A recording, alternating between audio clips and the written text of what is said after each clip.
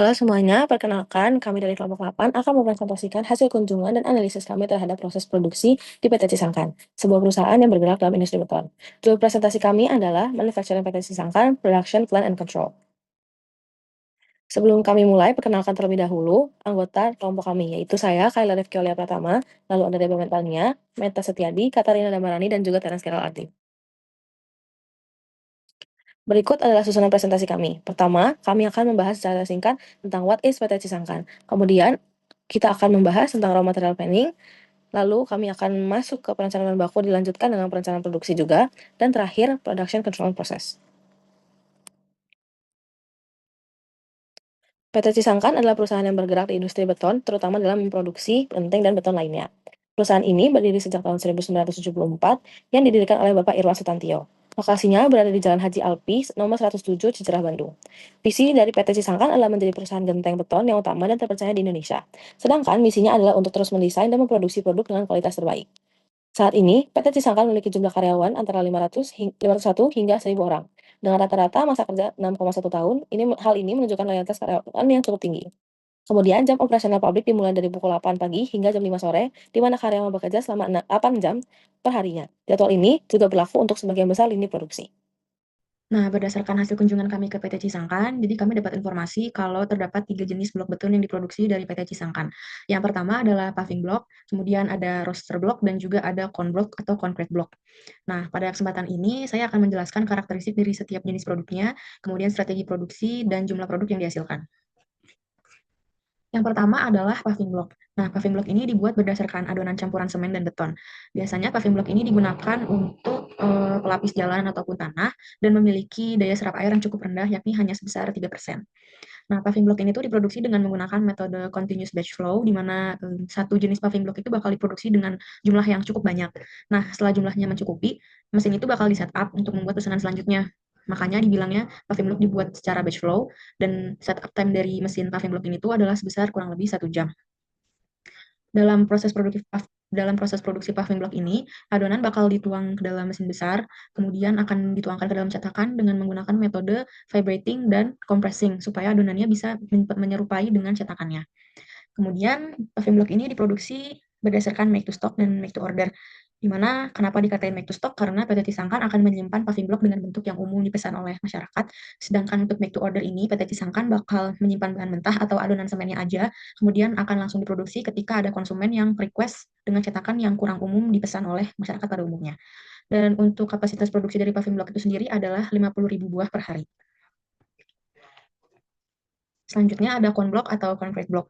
Nah, jenis ini tuh digunakan sebagai material dinding atau pengganti dari batu bata.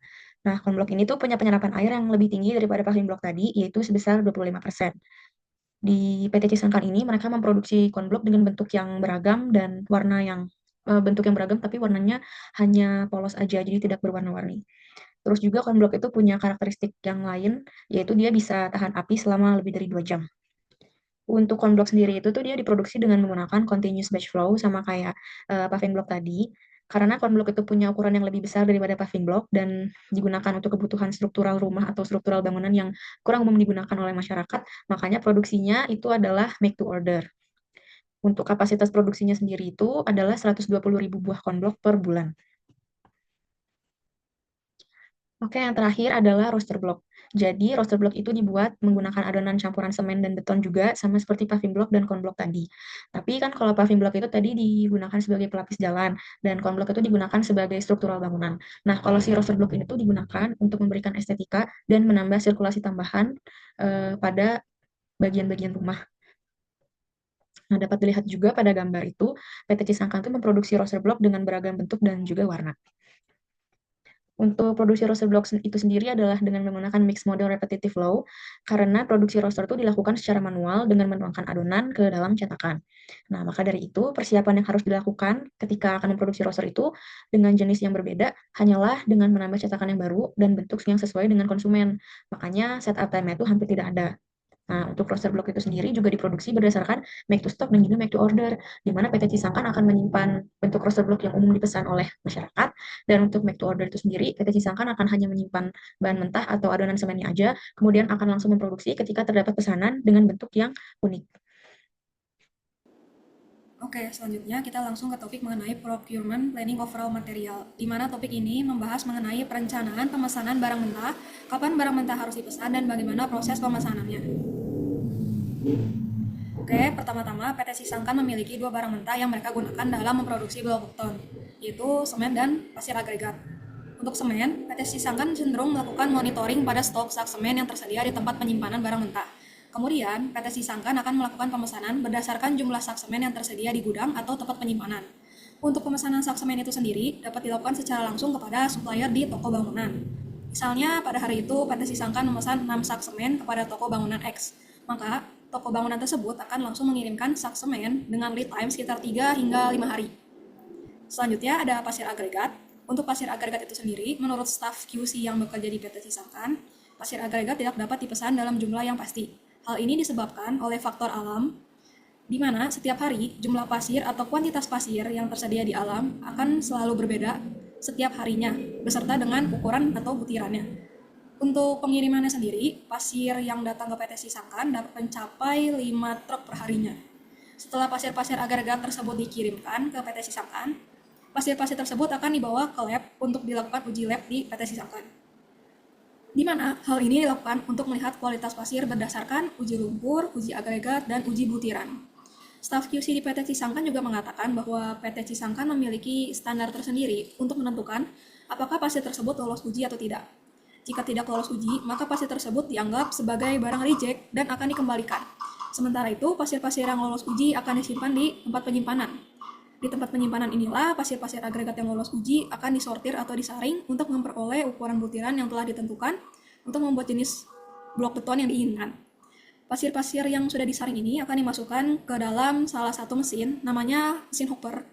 Mesin ini merupakan mesin canggih di mana mesin ini dapat menyalurkan kuantitas pasir yang diinginkan secara langsung ke dalam mesin produksi sesuai dengan jenis produk blok beton yang ingin diproduksi. Oke, selanjutnya ada flowchart planning, di mana flowchart ini menggambarkan alur proses pengecekan bahan baku serta pengolahan bahan bakunya. Seperti yang sudah dijelaskan di slide sebelumnya, step awal itu dimulai dengan pengecekan stok bahan baku. Kemudian, jika stok tersedia atau mencukupi, maka akan dilakukan proses produksi. Sebaliknya, jika kuantitas bahan bakunya tidak mencukupi, maka akan dilakukan proses pemesanan bahan baku. Saya akan menjelaskan sekali lagi ke proses pemesanan. Yang pertama, PT Sisangkan akan melakukan pemesanan ke supplier. Setelah bahan baku tiba, maka akan dilakukan uji lab, sesuai yang telah dijelaskan di slide sebelumnya, dengan standar yang telah ditentukan. Jika bahan baku dalam kondisi baik atau lolos uji, maka akan dilakukan penyortiran dan penyaringan. Kemudian masuk ke tahap produksi.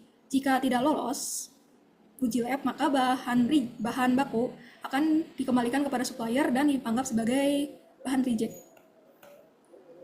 Topik selanjutnya akan dibahas mengenai quantity order decision, di mana jumlah pemesanan bahan baku didasarkan pada ketersediaan stok aktual atau real time dan karakteristik dari masing-masing material. Untuk pasir agregat itu sendiri, seperti yang telah dijelaskan sebelumnya, jumlah pasir agregat yang dipesan itu tidak dapat ditentukan dengan pasti karena bergantung pada faktor alam. Kemudian ada semen, di mana dilakukan pemesanan berdasarkan stok sak semen yang terdapat di gudang atau tempat penyimpanan. Untuk lead time pemesanan semennya pun cukup pendek, sekitar 3 hingga 5 hari. Lalu dapat dipesan langsung ke supplier karena dapat diperhitungkan secara langsung, berbeda dengan pasir. Pasir tidak dapat dihitung secara langsung karena faktor alam. Dengan pendekatan ini, PT Sisangkan dapat mencegah terjadinya kelebihan atau kekurangan bahan baku serta fleksibilitas dalam proses produksi. Baik, selanjutnya saya akan melanjutkan presentasi dan masuk ke bagian penentuan untuk pemesanan atau lead time order. Jadi, lead time order atau waktu pemesanan pada PT Sisangkan ini ditentukan berdasarkan dua, yaitu berdasarkan jenis produk dan berdasarkan permintaan dari konsumen. Nah, untuk pasir agregat, pemesanan itu dilakukan setiap hari sebanyak 5 truk per hari. Dan apabila inventorinya sudah mencapai safety stock atau sekitar 200-300 ton untuk safety stocknya, maka pasir akan dipesan begitu. Dan kemudian untuk sak semen itu waktu pemesanannya adalah 3-5 hari. Selanjutnya kita akan masuk ke bagian perencanaan produksi. Di bagian pertama itu adalah proses penentuan jumlah produksi. Jadi pada PT Sisangkan ini Penentuan jumlah produksi didasari pada 3 buah pertimbangan, yaitu ada data historis, demand forecast, dan kapasitas mesin. Jadi, untuk bagian kapasitas mesin dalam satu hari itu, untuk mesin Henke varian, dia dapat memproduksi maksimal 50.000 piece dalam satu hari. Sedangkan mesin konblok dan roaster itu produksinya lebih sedikit. Nah, kemudian untuk penentuan jumlah produksi itu, pertama, produksi dititik beratkan berdasarkan order konsumen. Jadi, apabila safety stock sudah terpenuhi, maka PT Cisangkan akan menunggu order dari konsumen, baru mereka akan memproduksi orderan yang diberikan konsumen tersebut. Yang kedua, apabila inventory-nya sudah mencapai safety stock ataupun safety stock-nya sudah terpakai, maka PT Cisangkan akan mulai memproduksi barangnya lagi. Kemudian yang ketiga adalah produksi sesuai perencanaan target berdasarkan forecast. Nah, hal ini bertujuan agar safety stock tersebut bisa dipenuhi. Begitu. Apabila safety stock sudah penuh dan kemudian konsumen tidak ada yang memesan, maka mereka akan memproduksi sesuai perencanaan target forecast berdasarkan forecast ini, agar apabila ada konsumen yang tiba-tiba memesan dan butuh cepat, maka mereka bisa menyelesaikan pemesanan tersebut berdasarkan target produksi sesuai forecast tersebut. Baik, selanjutnya saya akan membahas mengenai proses penentuan waktu produksi dari PT Cisangkan ini. Nah, untuk waktu produksi itu dijadwalkan berdasarkan 3 buah kriteria. Yang pertama adalah berdasarkan jumlah pemesanan, berdasarkan jenis produk, dan berdasarkan forecast dan data masa lalu. Gitu. Nah, untuk produk yang laku atau produk yang umum dijual kepada konsumen, maka waktu produksi dilakukan selama setiap hari gitu. Jadi produk yang laku itu akan diproduksi setiap hari. Jumlahnya diproduksi berdasarkan forecast dan data masa lalu. Kemudian untuk pembuatan produk custom itu waktunya berdasarkan jumlah pesanan dan jenis produk yang diinginkan oleh konsumen. Gitu. Kenapa produk custom tidak rutin diproduksi setiap hari? Karena untuk mengurangi adanya risiko produk gagal dijual atau produk tidak dijual begitu. Nah, untuk apabila ada keterlambatan produksi yang dilakukan oleh PT Cisangkan, maka PT Cisangkan akan melakukan negosiasi dengan konsumen terkait penambahan waktu produksi begitu. Selanjutnya, saya akan menjelaskan mengenai labor and machine calculation process atau proses penghitungan tenaga kerja dan mesin. PT Cisangkan merekrut tenaga kerjanya sesuai dengan mesin yang ada dan kapasitas produksi mesin. Mesin yang digunakan oleh PT Cisangkan dihitung dari data produksi dan pembelian di masa lalu, forecast, serta kapasitas produksi mesin.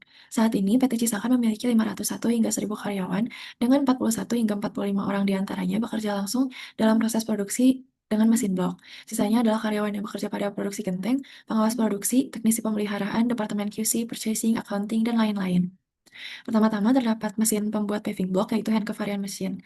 PT Cisangkan Bandung hanya memiliki 1 buah hand covariant machine dengan total pekerja yang bertugas kira-kira sebanyak 20 orang. Di antaranya adalah karyawan pengadukan, operator pengadukan adonan, dan operator pencetak. Selain itu, terdapat juga roster yang dibuat dengan menggunakan 5 buah mesin kecil yang masing-masing dioperasikan oleh 5 buah pekerja, sehingga total karyawan yang bekerja langsung dalam pembuatan roster adalah 25 orang.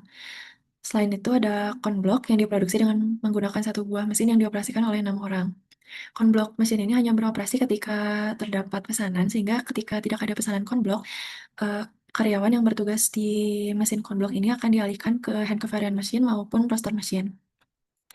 Selanjutnya, saya akan menjelaskan mengenai production controlling process atau proses pengendalian produksi. Pada bagian ini akan dijelaskan mengenai upaya yang dilakukan oleh PT Cisangkan sehingga kegiatan produksi sesuai dengan rencana.